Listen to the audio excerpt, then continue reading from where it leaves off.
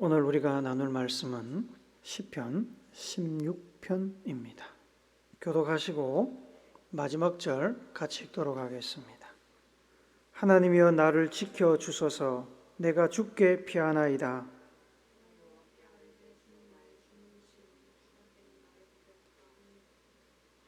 땅에 있는 성도들은 존귀한 자들이니 나의 모든 즐거움이 그들에게 있도다.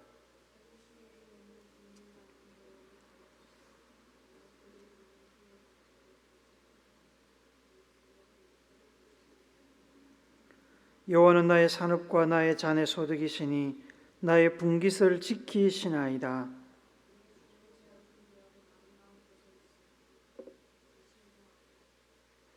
나를 훈계하신 여호와를 송축할지어다. 밤마다 내 양심이 나를 교훈하도다.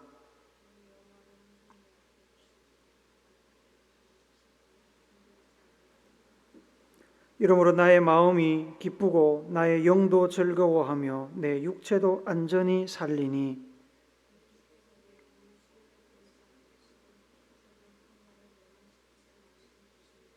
함께 읽습니다. 주께서 생명의 길을 내게 보이시리니 주의 앞에는 충만한 기쁨이 있고 주의 오른쪽에는 영원한 즐거움이 있나이다. 아멘. 대학 시절에 방학이 되면 공장에서 아르바이트를 여러 번 했습니다. 한 번은 여름 방학 때 친구 아버지가 운영하시는 장화 생산 공장에서 일한 적이 있습니다. 제가 해야 할 일은 계속해서 돌아가는 장화를 찍어내는 컨베이어 벨트 옆에 서서 아래쪽 컨베이어 벨트에 달린 장화 틀에서 장화를 벗겨내 가지고 위쪽 컨베이어 벨트에 달린 장화 틀에 옮겨 씌우는 일이었습니다. 처음에는 적응하지 못해서 실수를 계속 했습니다. 허리를 굽혔다 피는 일도 힘들었고 빠른 시간에 장화를 형틀에서 벗기고 다시 다른 형틀에 씌우는 일도 어려웠습니다. 그렇지만 시간이 지나면서 어느 정도 적응이 되니까 이제 돌아가는 컨베이어 벨트의 속도를 따라잡을 수 있게 되었습니다. 모든 일이 그렇지만 경험이 쌓이고 익숙해지면 일이 수월해집니다. 그것이 요리든 설교든 기도든 아니면 공장에서 로봇처럼 반복 작업을 하는 것이든 장르나 분야를 불문하고 경험이 쌓이면 그렇게 됩니다. 경험이 쌓이면 익숙해지고 익숙해지면 마음의 부담이 줄어들고 일의 윤곽이 잡혀서 덜 힘들게 같은 일을 해낼 수 있는 것입니다. 우리가 살다가 겪는 고난도 그렇습니다. 고난을 처음 겪거나 한두 번 겪을 때는 익숙하지 않아서 혹은 충격을 많이 받아서 무엇을 어떻게 대처해야 할지를 모르고 당황하게 됩니다. 그 순간을 극복하는 것이 너무나 힘듭니다. 그러나 다른 일과 마찬가지로 고난도 몇 번 겪다 보면 이력이 생기고 처음보다 수월하게 대처하고 극복하게 됩니다. 다윗은 고난을 많이 겪었습니다. 오랜 시간 장인이자 왕인 사울에게 쫓겨다니며 이런저런 고난을 경험했습니다. 그래서 다윗은 이제 어느 정도 이력이 났습니다. 고난이 닥치면 뭐부터 해야 하는지를 몸이 먼저 알고 행동으로 옮깁니다. 시편 16편의 배경이 어떻게 되는지는 모르지만 하여튼 다윗에게 어려운 일이 생겼습니다. 어려운 일이 생기자 즉시로 다윗은 가장 먼저 해야 할 일이 무엇인지 감을 잡았습니다. 그는 하나님께로 나갔습니다. 실질적으로 성전에 나갔을 수도 있고 아니면 기도로 하나님 앞에 나갔을 수도 있겠지요. 성전에 가서도 당연히 기도를 했을 것입니다. 하나님이여 나를 지켜 주소서. 내가 주께 피하나이다. 하나님께 나가서 하나님께 피할 테니 도와달라고 요청했습니다. 그 말을 하고서 그는 이렇게 이야기합니다. 2절 한번 더 읽어봅시다. 시작. 내가 여호와께 아뢰되 주는 나의 주님이시오니 주 밖에는 나의 복이 없다 하였나이다. 여호와 하나님, 당신은 나의 주님이십니다. 주인이십니다. 주님 밖에 내가 복받을 곳이 없습니다. 내가 여호와 하나님 말고 어디 가서 도움을 얻겠으며 어디 가서 복을 구하겠으며 어디 가서 안식을 얻겠으며 어디를 피난처로 삼겠습니까? 그러니 지금 내 형편 돌아보시고 나를 지금 당한 이 어려움에서 벗어날 수 있도록 도와주세요. 이 말을 하고 있는 겁니다. 다윗이 이렇게 하나님밖에 피할 곳이 없다고, 도움받을 사람이 하나님밖에 없다고 말하면서 하나님 옆에 매달리는데 하나님께서 야, 너 또 왔냐? 너 또 다윗이냐? 웬만하면 좀 스스로 문제를 해결하지 또 찾아왔냐? 나도 힘들다. 나도 네 때문에 힘들다. 좀 쉬자 이놈아. 내가 무슨 자판기도 아니고 오늘은 나도 피곤해서 안 되겠다. 이번은 네가 알아서 해라. 다음에 와라. 뭐 이러시겠습니까? 사람에 따라 다를 수 있지만 부모들은 죽을 때까지 자식들이 자기를 부모로 존중해주고 의지해주기를 기뻐합니다. 자식들이 성장해서 부모보다 더 높은 지위나 학식을 갖춘다 해도 여전히 부모를 의지하는 모습을 통해 존재감을 느낍니다. 자식이 충분히 혼자 다 할 수 있지만 일부러 부모에게 물어보고 도와달라고 하는 것도 그렇고, 진짜로 혼자서 감당할 수 없어 부모를 찾고 도움을 요청하는 것도 자식이 힘들어하는 것이 안타깝기는 안타깝지만 동시에 자신의 역할이 있다는 사실에 기분이 좋아집니다. 그래서 저도 심심하면 저희 어머니한테 가서 김치 해달라 그럽니다. 그걸 즐기십니다. 해주는 걸. 똑같은 상황은 아니지만 하나님 아버지께서도 백성들이 상황이 좋을 때나 좋지 않을 때나 하나님을 찾고 의지하는 것을 기뻐하십니다. 오히려 하나님은 찾아가서 기도하며 구하지 않는 것을 싫어하십니다. 스스로 하겠다고 하나님께 기도하지 않고 물어보지 않으면 서운해하십니다. 그래서 성경에 보시면 하나님께서는 백성들에게 끊임없이 기도하며 구하라고 하십니다. 이사야 55장 6절 같이 읽어봅시다. 시작. 너희는 여호와를 만날 만한 때에 찾으라. 가까이 계실 때에 그를 부르라. 만날 만할 때 찾아라. 제발 좀. 이 말이에요. 가까이 계실 때 불러라 좀. 아모스 5장 4절도 봅시다. 같이 읽습니다. 시작. 여호와께서 이스라엘 족속에게 이와 같이 말씀하시기를 너희는 나를 찾으라. 그리하면 살리라.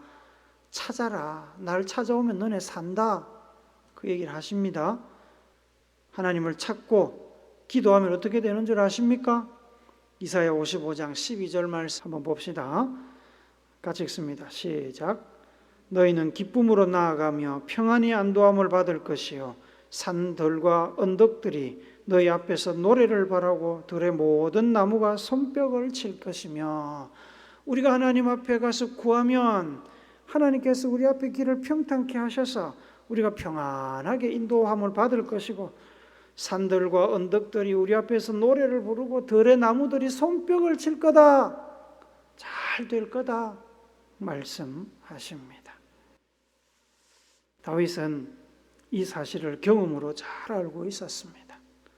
그래서 어려움이 오자 얼른 주님께 피하며 도와달라고 요청을 한 겁니다. 사람이 어려움에 닥치면 하나님께 피하는 것이 하나님께서 원하시는 것이고, 그런 사람을 하나님께서 기뻐하시는 것을 다윗은 잘 압니다. 그런 사람들을 하나님께서 귀하게 여기시는 것도 다윗이 잘 압니다. 그래서 다윗은 3절에 보면 뭐라고 하냐면 땅에 있는 성도 하나님을 찾고 하나님께 피하는 성도들이 존귀한 자다라고 하나님의 마음을 대신해서 말합니다. 하나님이 즐거워하는 사람을 자기도 즐거워한다고 말합니다. 반대로 4절에서는 하나님께서 싫어하시는 사람, 하나님을 찾지 않는 사람은 자기도 싫어하며 자기는 결코 그런 사람이 되지도 않겠지만 하나님 아닌 다른 존재는 아예 쳐다보지도 않고 그 이름을 입에 올리지도 않겠다고 다짐을 합니다. 4절 한 번 더 같이 읽읍시다. 시작. 다른 신에게 예물을 드리는 자는 괴로움이 더할 것이라. 나는 그들이 드리는 피의 전제를 드리지 아니하며 내 입술로 그 이름도 부르지 아니하리로다. 하나님께서 다윗의 이 말을 듣고 기분이 어떻겠습니까? 난 하나님밖에 없어요. 다른 거 쳐다보도 안 할래요? 기쁘시겠죠? 좋아하겠죠? 다윗이 지금 아부하는 겁니다. 그런데 여러분, 다윗의 이 아부는 허언이 아닙니다. 믿음에서 나오는 말입니다. 믿음의 결단입니다.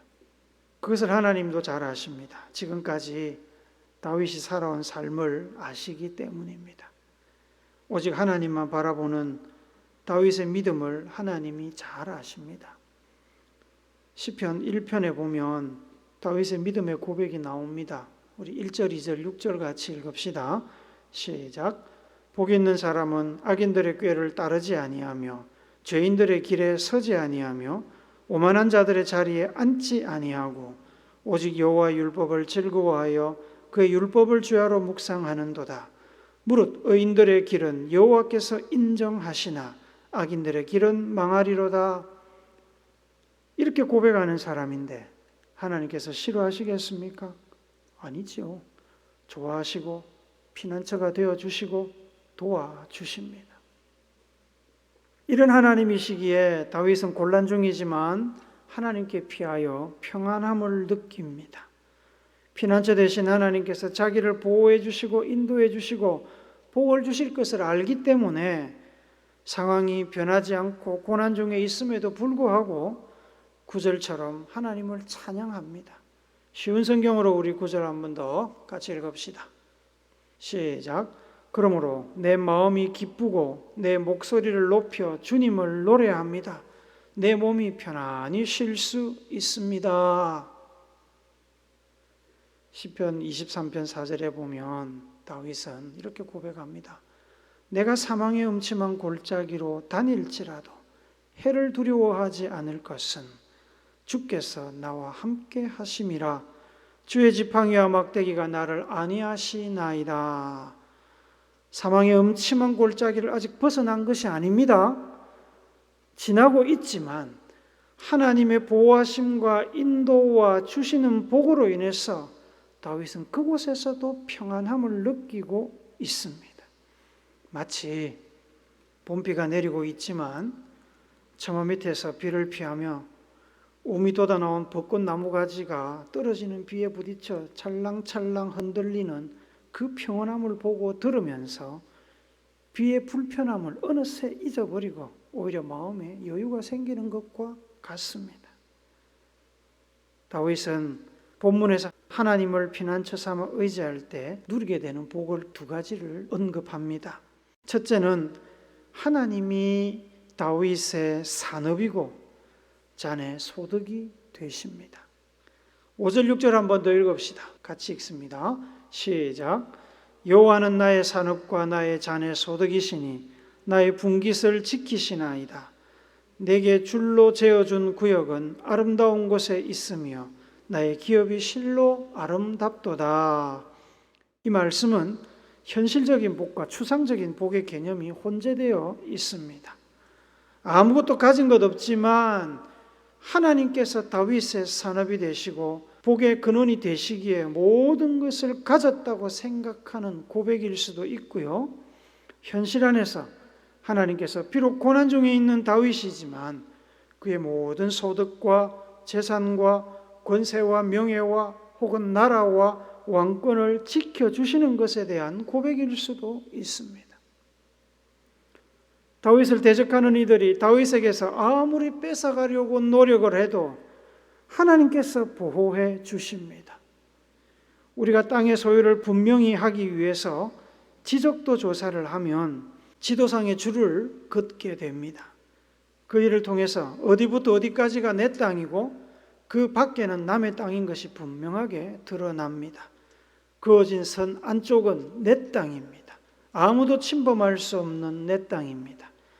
다윗의 시대에는 오늘날처럼 정확하게 땅을 나누는 도구가 없었겠지만 레이저 불꽃 같은 하나님의 눈으로 혹은 천사들의 불칼로 다윗의 영역을 구분하시고 아무도 건드리지 못하게 하나님께서 보호하셨습니다. 마치 에덴 동산을 천사들로 지키게 하신 것처럼 말입니다. 다윗이 가진 가장 귀한 재산은 골리앗에게서 빼앗은 그 칼이나 왕궁이나 목숨을 걸고 다윗을 수호하는 그 수많은 전사들이 아닙니다. 다윗에게 가장 크고 귀한 재산은 바로 다윗의 뒷배가 되어주시고 피난처가 되어주시는 하나님입니다. 다 잃어도 하나님만 있으면 다윗은 걱정이 없습니다. 하나님께서 모든 것을 가지고 계시기 때문에 다윗에게 있는 유일한 하나가 세상의 모든 것보다 더 큰 것입니다. 어리석은 사람들은 세상에 있는 많은 것을 얻기 위해서 하나님을 포기합니다. 한 개만 버리고 많은 것을 얻었다고 생각하지만 사실은 모든 것을 포기하는 것입니다. 어리석게도 사람들이 그렇게 행동합니다. 여러분은 그러지 마시기를 바랍니다. 다윗처럼 하나님을 유일한 피난처 삼아 하나님 한 분만으로 만족하며 사시기 바랍니다. 여호와는 나의 산업과 나의 잔의 소득이라고 고백하는 삶 되시기를 바랍니다. 다윗이 언급하는 두 번째 복은 하나님께서 다윗의 삶을 인도하시는 복입니다. 7절 8절 한번 더 읽읍시다. 시작. 나를 훈계하신 여호와를 송축할지라. 밤마다 내 양심이 나를 교훈하도다. 내가 여호와를 항상 내 앞에 모시며 그가 나의 오른쪽에 계심으로 내가 흔들리지 아니하리로다. 예레미야 6장 8절은 이렇게 말씀합니다. 예루살렘아 너는 훈계를 받으라. 그리하지 아니하면 내 마음이 너를 싫어하고 너를 황폐하게 하여 주민이 없는 땅으로 만들리라. 예루살렘을 황폐한 땅, 주인 없는 땅이 되지 않게 하려면 하나님의 훈계를 받아야 합니다. 입에 쓴 약처럼 하나님의 훈계는 기분 좋은 것이 아닐 수 있습니다. 눈물 나게 하는 것일 수 있습니다. 감추었던 우리의 치부를 드러내는 것일 수도 있습니다. 그러나 썩은 부위를 도려내야 계속 삶을 이어갈 수 있듯이 훈계를 받아야 살 수 있습니다. 잠언서 15장 32절은 훈계받기를 싫어하는 자는 자기의 영혼을 경히 여긴다 라고 말씀합니다. 훈계받기를 싫어하는 사람, 자기를 버리는 사람이다. 자기를 죽이는 사람입니다. 반대로 견책을 달게 받는 자는 지혜를 얻느니라, 지식을 얻느니라. 히브리서 12장 6절은 주께서 그 사랑하시는 자를 징계하시고 그가 받아들이시는 아들마다 채찍질하심이라 말씀합니다. 사랑 안 하면 내버려 두십니다. 아들 아니면 채찍질하지 않습니다. 그러나 우리가 징계를 받고 우리가 채찍에 맞을 때 하나님 우리를 사랑하신다는 것을 우리는 기억해야 됩니다. 훈계는 잘못된 길을 바로 잡는 도구입니다. 하나님께서 자기 백성을 바른 길로 인도하시는 수단입니다. 하나님의 사랑을 확신하고 있던 다윗은 하나님의 훈계를 사랑으로 알고 받았습니다. 그래서 하나님을 송축합니다. 다윗이 밤마다 자기의 삶을 돌아보면서 하나님의 말씀을 묵상할 때 하나님의 훈계가 다윗의 삶의 나침판이 되어서 양심의 소리가 되어서 다윗의 귀를 울립니다. 아주 작은 하찮은 실수라도, 하찮은 죄라도 그냥 넘어가지 않고 생각나게 하시고 회개하게 하시고 거룩한 삶에 머물도록 인도하십니다. 그래서 다윗은 감사하는 마음으로 하나님을 자기 앞에 모셔 세웁니다. 하나님 혹은 하나님의 말씀을 앞세워 하나님만을 따라갑니다. 말씀만을 따라갑니다. 다른 길로 가지 않습니다. 하나님께서 다윗의 앞에 계시고 다윗의 오른쪽에도 계십니다. 오른쪽에 서서 하나님께서 뭐 하시겠습니까? 다윗의 보디가드 하십니다. 하나님은 다윗 앞에서도 계시고 오른쪽에서도 계시고 왼쪽에도 계시고 뒤에도 계신 분입니다. 날아오는 화살을 막아주시고 창도 막아주시고 돌멩이도 막아주십니다. 그렇게 든든히 막아주시고 인도하시니까 사망의 음침한 골짜기를 걸어가도 다윗이 흔들리지 않습니다. 넘어지지 않습니다. 고난 중에도 평안을 누립니다. 다윗을 지키시는 하나님은 다윗이 잠깐 고난의 골짜기를 지나가는 것은 허락하시지만 영원히 망하게 내버려 두지 않으십니다. 그 확신이 있으므로 다윗은 아무리 현실이 어려워도 넘어지거나 타협하거나 포기하지 않는 것입니다. 다윗은 하나님께서 자기를 수월에 버리지 않는다고 확신합니다. 영원히 멸망하지 않게 하신다고 그는 확신합니다. 이 확신 속에서 다윗은 고난 중에 하나님을 피난처로 삼고 도움을 구하는 이 시를 쓰면서 하나님의 인도하심을 확신하며 찬양으로 시를 마무리합니다. 11절을 세번역 성경으로 읽어봅시다. 시작. 주님께서 몸소 생명의 길을 나에게 보여주시니 주님을 모시고 사는 삶에 기쁨이 넘칩니다. 주님께서 내 오른쪽에 계시니 이 큰 즐거움이 영원토록 이어질 것입니다. 왜 이렇게 얘기할 수 있습니까? 하나님이 옆에서 앞에서 인도하시고 지켜주기 때문에 그렇습니다. 그래서 아직 고난 속에 있지만 아직 어려움을 벗어나지 않았지만 다윗은 이렇게 찬양할 수 있는 겁니다. 사랑하는 오늘교회 성도 여러분, 우리는 지금 사순절을 보내며 감사 나눔 프로젝트를 진행하고 있습니다. 우리의 삶을 늘 인도하시며 풍성한 복을 주시는 하나님의 은혜를 기억하고 찾아 기록하며 감사하기 위함입니다. 그 감사를 나눔으로 이어가기 위해서입니다. 그런데 여러분, 감사도 훈련이 필요합니다. 막상 감사할 것이 있나 생각해 보면 딱히 매일매일 감사 노트를 채울 만한 것이 많지 않습니다. 많이 받았는데 받은 것이 생각나지 않습니다. 그래서 감사거리가 떨어지고 삶에서 감사가 사라지는 것입니다. 감사가 사라지면 삶이 팍팍해집니다. 기쁨이 사라지고 불평과 불만이 늘어납니다. 그래서 감사도 훈련이 필요합니다.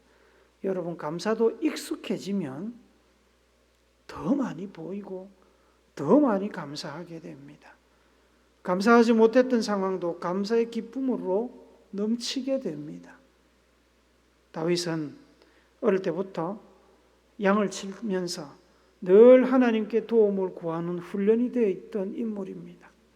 그래서 양을 칠 때도, 전장을 누비며 민족을 지키기 위해서 적들과 싸울 때도, 사울 왕에게 쫓겨 도망자 신세로 타향을 떠돌 때도, 왕이 되어 모든 것을 가질 때도 그는 늘 하나님을 찾았습니다.